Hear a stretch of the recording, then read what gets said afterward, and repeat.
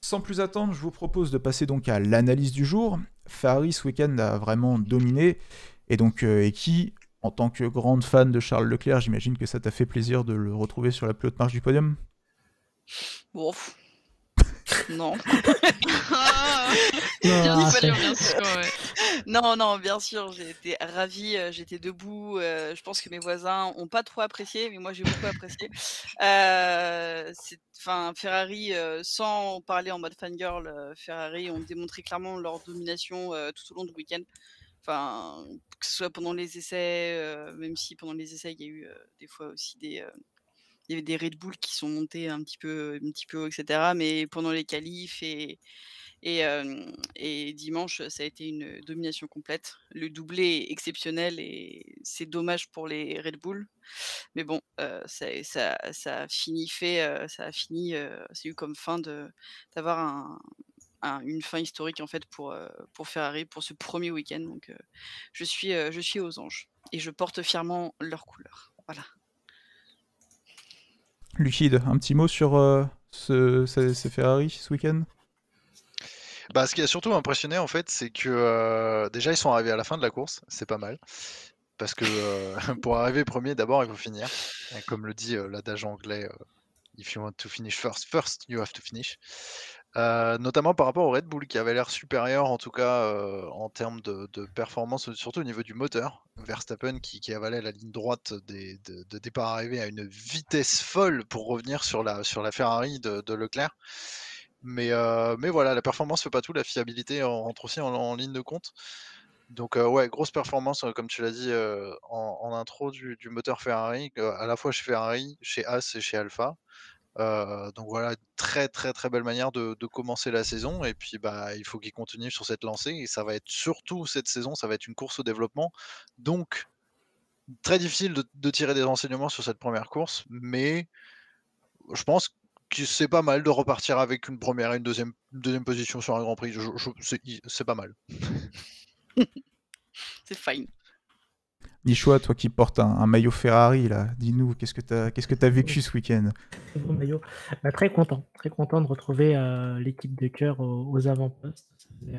Ça faisait 5 années vraiment où on les sentait sur une pente plutôt descendante. Donc ça fait du bien de les revoir aux avant-postes. Et puis bon, bah, le doublé, le hat-trick, plutôt ravi, plutôt content. Petite information de la minute, la Ferrari de Carlos Sainz a été inspectée par la FIA d'ailleurs, après le Grand Prix de Bahreïn. Ils n'ont rien trouvé d'illégal, enfin de non conforme en tout cas.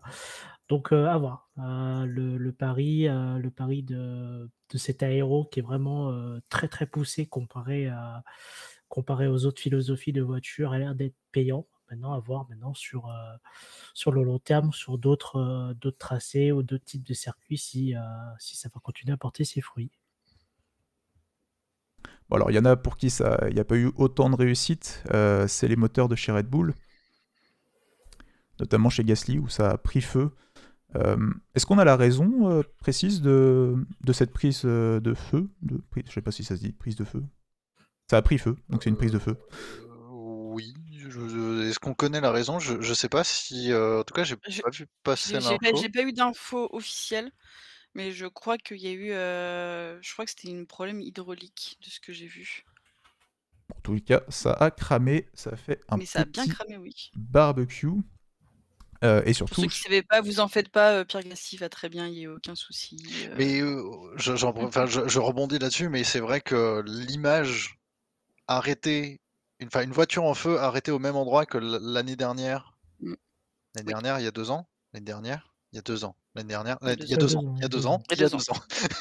Avec l'accident de Romain Grosjean, ça fait un peu froid dans le dos quand même. Quand on voit la voiture s'arrêter et en feu, ça rappelle pas de bons souvenirs. je crois Mais qu'il a ouais. pas eu froid Non, dans le ouais. dos, lui, vu le feu qu'il y avait Non. derrière. Mais... Ouais, non, il est nul. Même C'était, un peu trop chaud, je euh, pense. c'était Pérez également qui avait son moteur en feu il y a 2 ans à Bahreïn aussi, à 5-6 tours de la fin. Ouais, mais c'était pas au même virage. C'est pas le Oui, même virage, non, c'est c'était pas au même après le virage, virage pas au même 11, virage. mais il y avait déjà un incendie dessus. Bahreïn et le Et feu, une grande histoire d'amour. Hein. avec C'est les ça. Français, génial. Non, a priori, ils ont pas, enfin, on n'a pas eu d'informations de sources sûres. En tout cas, a priori, le moteur a l'air complètement mort. Et du coup, qui dit moteur mort dit nouveau moteur, et du coup, certainement des pénalités à venir plus tard dans la saison par rapport au quota de pièces pour Une petite couche Pierre de Gasly. peinture à faire aussi. Oui. Et enfin, les derniers, c'est surtout Red Bull, où là, c'était la catastrophe, hein, c'était l'hécatombe, même on peut le dire. Ça vous inquiète, cette double panne, on va dire, chez Red Bull, en même temps sur le même Grand Prix au premier GP de la saison? Ni choix. Ou Eki, vas-y.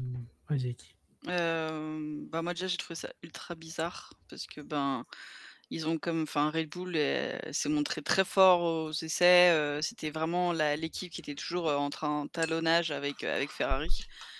Donc de les voir DNF tous les deux, de voir Max rentrer dans les stands à moitié vitesse tout seul, un petit peu la queue entre les jambes, j'ai pas trop compris ce qui s'est passé.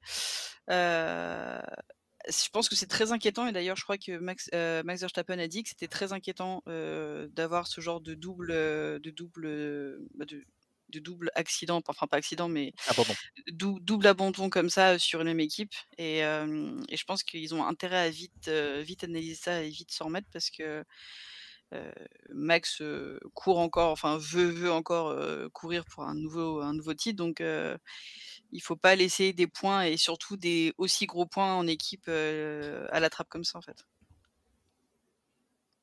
Romouille, toi qui t'es pas trop exprimé pour l'instant, est-ce que ça te fait peur cet abandon chez Red Bull, même si je sais que t'es pas non plus une fan de Perez et tout ça, mais Non, en vrai, je les aime tous. Commence pas à me mettre la queue du diable et les cornes du diable. Elle a juste des favoris. J'ai mes préférés. Bon, bref. Moi, en vrai, ça me fait pas trop peur parce que Red Bull a prouvé jusqu'à maintenant que franchement, ils ont fait leur preuve largement. Donc, je pense que c'est juste faute à pas de chance et qu'au prochain Grand Prix, ce sera réparé. ce sera réparé. Bon, en attendant, c'est plutôt chez Mercedes qu'ils ont été satisfaits, parce que au final, la voiture est pas au niveau qui était attendu. Ils étaient la 3e force du plateau, et finalement ils arrivent quand même à récupérer un podium, une 3e et 4e place un petit peu inespérée, avec le double abandon de Red Bull. Bon, eux ils sont contents à côté. Hein. Vu les performances de la voiture, récupérer un podium, ça fait plaisir. C'était inespéré même. Totalement inespéré. Bon, eh bien, merci pour cette analyse des différents moteurs de 2022. Est-ce que vous voulez ajouter quelques petites choses sur les autres moteurs, donc c'est-à-dire Renault et ou Mercedes? Le moteur Renault a l'air finalement plus fiable que ce qu'ils avaient laissé paraître aux essais hivernaux. Plus fiable que Red Bull en tout cas. Au moins ils ont fini la course. Et ils ont fini, alors moi ce qui me rassure un petit peu chez Alpine, c'est que du coup ils finissent dans de la globalité de la voiture, c'est qu'ils finissent là où ils avaient, ils commencent la saison là où ils avaient fini la saison dernière, c'est-à-dire qu'à la porte des points, etc. Ils sont au même step, donc en théorie il peut y avoir que des progrès pour l'équipe, quoi. Ouais, j'ai une bonne surprise aussi pour les moteurs Renault. Je m'attendais vraiment à une catastrophe pour ce premier Grand Prix. Finalement, même s'il faut pas le dire, la catastrophe ça a été pour McLaren. Allô? Je crois que ça bug, non? Donc oui, j'étais surprise en bien pour les moteurs Renault, parce que j'avais vraiment très très peur. Même s'ils avaient beaucoup taffé, les essais hivernaux, c'était pas ça.